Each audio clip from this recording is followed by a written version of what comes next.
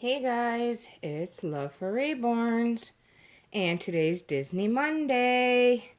And I have some of the babies dressed in Disney outfits and PJs. Alright, so let's start over here. We have little Miss Sophie over here, looking cute and adorable, in her Thumper outfit from Bambi. Looking so cute. And then we have Mr. Ethan here in his 101 Dalmatian PJs.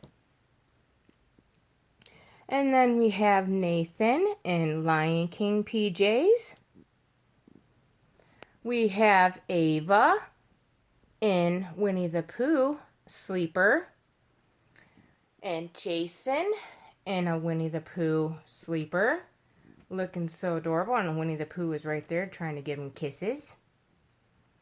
And then we have Mr. Joshua, Mr. Smiley Face Boy over here in a Tigger outfit, and he's got his Tigger right there.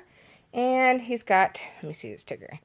And the striped Tigger outfit, so adorable. Look at his little cute little adorable face. He's so cute. And then we have little Miss Madeline in Aristocat sleeper or outfit, looking so adorable, and Stitch is behind her, looking so silly. And then we have Mr. Caden over here in a Dumbo sleeper, looking adorable as always. And I think he's the only one with the pacifier. Nope, him and Ava are the only ones with the pacifier right now because everybody else didn't want theirs. So, since today is Disney Monday, I dressed most of the babies in Disney. Well, they're all in Disney right here that are on my bed. I've been sick. I just got home from the hospital earlier. Kidney stones, go figure. And I've been in severe pain with that, but I'm doing a little bit better today. And I could only do a little bit of the babies right now because just certain movement, it just causes even more pain. So I just went ahead and did just the babies here that you see right now. So there's little Miss Sophie looking cute. All right, so I figured since also today's Disney Monday, why not read a Disney story? This is Family Story Collection, 75 of the Living and Loving and Learning, Fables of for Living, Loving, and Learning. Disney stories. So it's a Disney collection. And here's all the different stories that are in it. They're like the short stories. So very cool. Alright, let's back to the babies for a second. Alright, so let's see. There's Pinocchio. There's all kinds of Disney stories in here. Short stories. And I'm going to read one of my favorites. We're going to read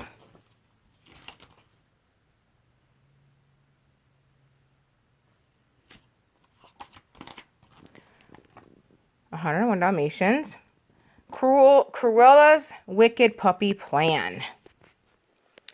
It was a cold, dark night. The snow swirled and wind blew, but Pongo and Perdita raced across the countryside with only one thought on their minds.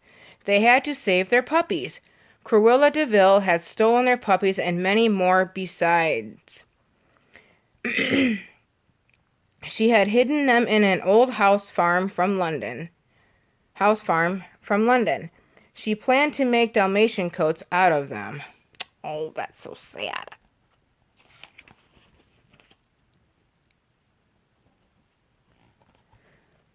With a ferocious growl, Pongo leaped into the house where the puppies were kept. Perdita showed the 99 puppies how to escape, while Pongo bravely snapped and jumped at Cruella's dim-witted henchmen.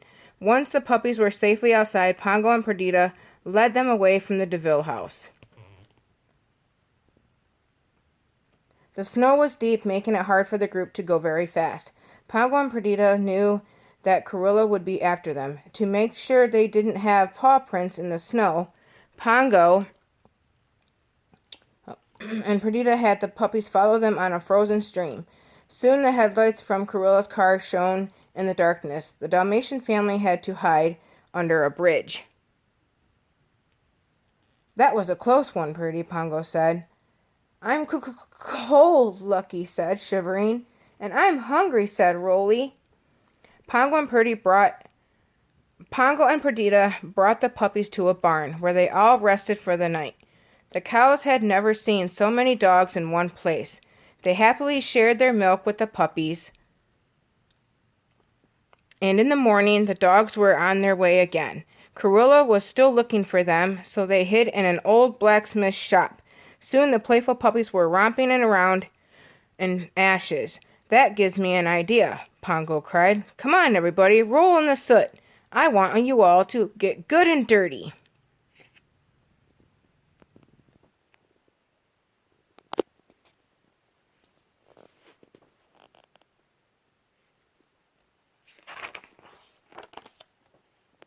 Shortly after, 101 black dogs nervously marched across the street, right under Corilla's nose. The plan had worked. The dogs were able to board a truck bound for London, and were soon on their way home.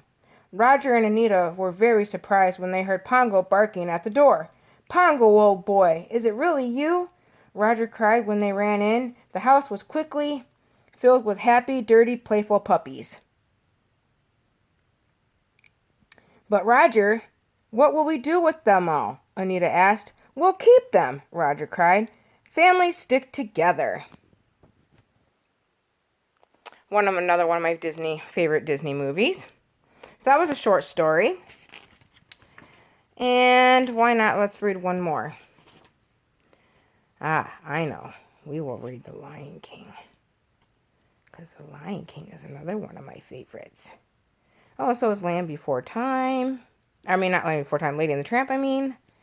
I like Land Before Time too, but Beauty and the Beast. Let me find The Lion King. Let's see. Oh, Fox and the Hound is one too.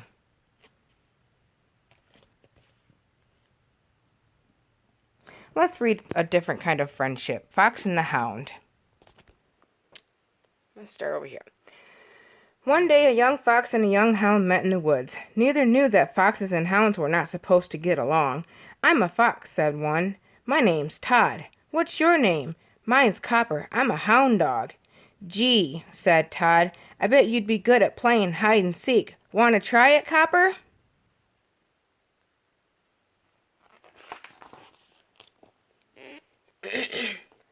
All afternoon, the fox and the hound played together. Before they headed home, Todd said, You're my best friend, Copper, and you're mine too, Todd. Copper grinned. And we'll always be friends forever, won't we? Yeah, forever, replied Todd. Copper lived with an old dog called Chief, and hunter named Amos Slade. Todd lived with Widow Tweed, a kind-hearted woman who took him in after he had lost his mother. As the months passed, Amos took Copper into the woods and taught him how to hunt. Widow Tweed kept Todd at home, where he would be safe from Amos and other hunters. One night, Todd sneaked out to visit Copper. You have to go, Todd, said Copper. I'm a hunting dog now, and you'd better get out of here before Chief wakes up.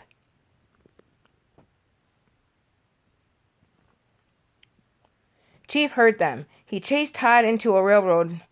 A train spread toward them, and Todd flattened himself between the rails. Chief was knocked off the trestle into a ravine below. He survived, but was injured.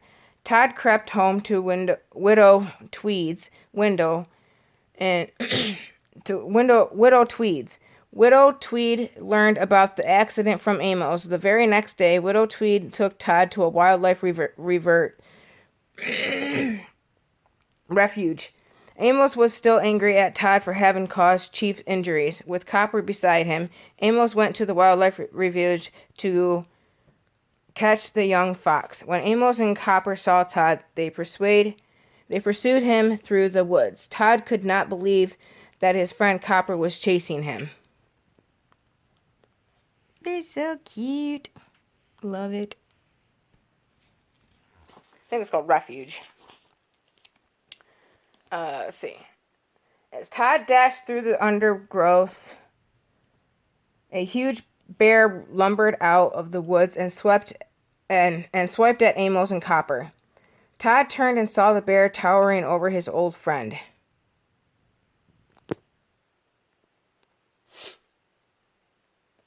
He leaped on the bear's back and bit him, then lured the bear to the river and onto a fallen log.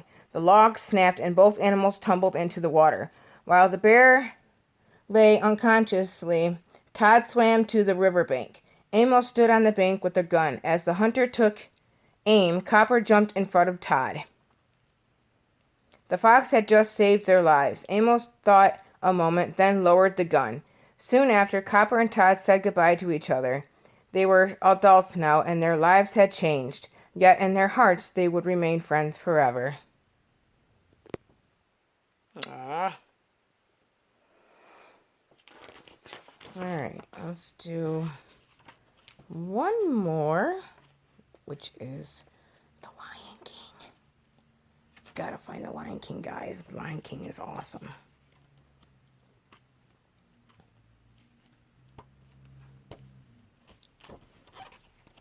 Well, I hope everyone is having a wonderful day. I know The Lion King is in here because I saw it earlier. This is one of my new books that I got from a neighbor. That was very sweet of them. And I swear I saw The Lion King in here. I'm just not looking good enough, apparently.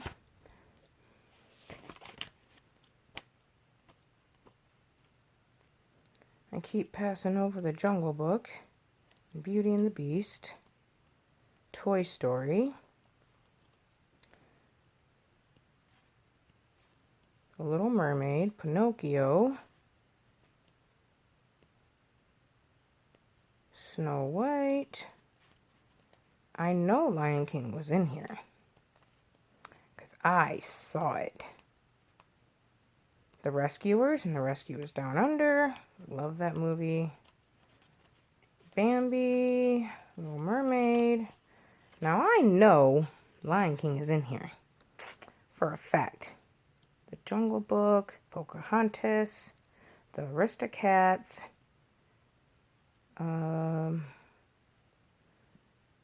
Sleeping Beauty, Snow White, Mickey Mouse, Bambi. Aladdin.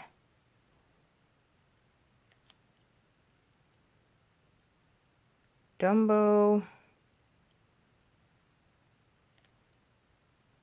Lady and the Tramp. Beauty and the Beast. Mulan.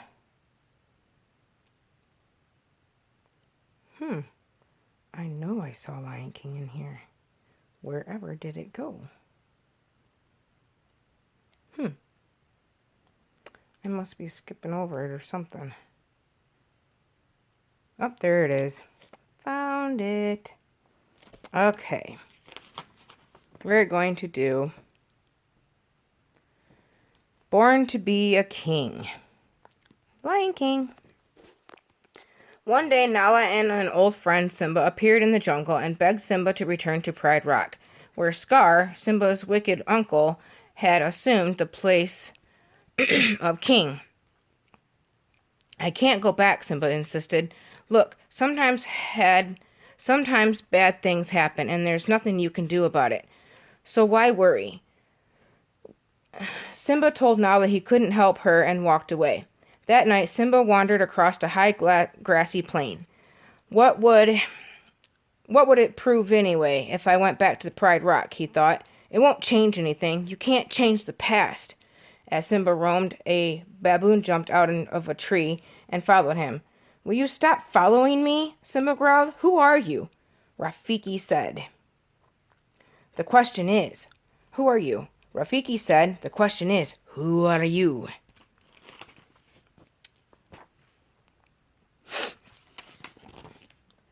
"I thought I knew," Simba sighed, "but now I'm not so sure." Rafiki chuckled. "I know who you are. You're Mufasa's boy." "You know my father?" Simba asked, amazed. "Correction," Rafiki replied. "I know your father." Yes, I'm trying to talk like them because I know the movie like crazy. I can talk just like it without even watching the movie. I can repeat word for word. Simba shook his head sadly. "I hate to tell you this, but he died a long time ago." "Nope. Wrong again. He's alive? I'll show you to him. You follow old Rafiki. He knows the way." Simba followed Rafiki to a pool. Rafiki parted the reeds and said, "Shh, look down there." Simba peered into the water, hoping to see a miracle. "That's not my father," he said quietly. "That's just my reflection." "No," Rafiki insisted. "Look harder." Simba tried. It was true that he looked like Mufasa, but see, said Rafiki, "your father lives in you." Then Simba heard Mufasa's regal voice booming from the heavens, and he looked up at the stars. Simba commanded, "Mufasa, you must take your place in the circle of life. Remember who you are. You are my son and the one true king. Remember. Remember who you are." As the voice faded, Rafiki winked. Sorry, guys. As the voice faded, Rafiki winked and said, "What was that?" "The weather? Very peculiar." "Looks like the winds are changing," said Simba. "Change is good," replied Rafiki. "Yeah," said Simba, "but it's not easy. I know what I have to do, but going back means that I'll have to face my past. I've been running from it for so long." Rafiki lifted his cane and hit Simba on the head. "Ow!" cried Simba. "What was that for?" Rafiki laughed. "It doesn't matter. It was in the past."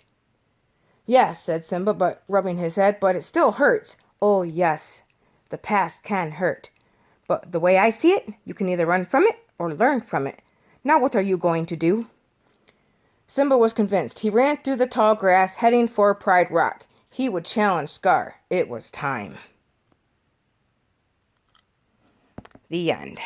All right, guys. Well, that was 3 stories for Disney Monday, and I have some of the babies here dressed for Disney Monday.